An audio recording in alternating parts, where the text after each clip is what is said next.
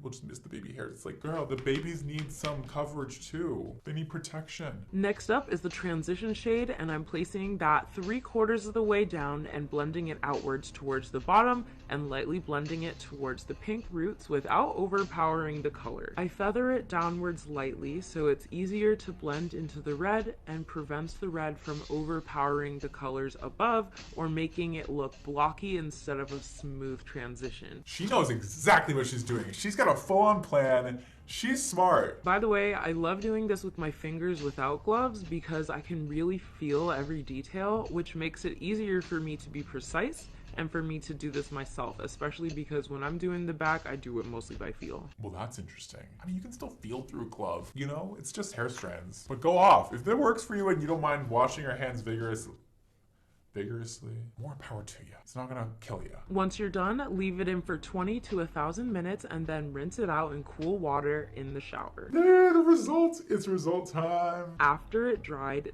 this is what it looks like. Bright, fresh, healthy, and stunning. I'm obsessed. If there is ever a day for Brad Mondo to notice me, this is the day and this is the video.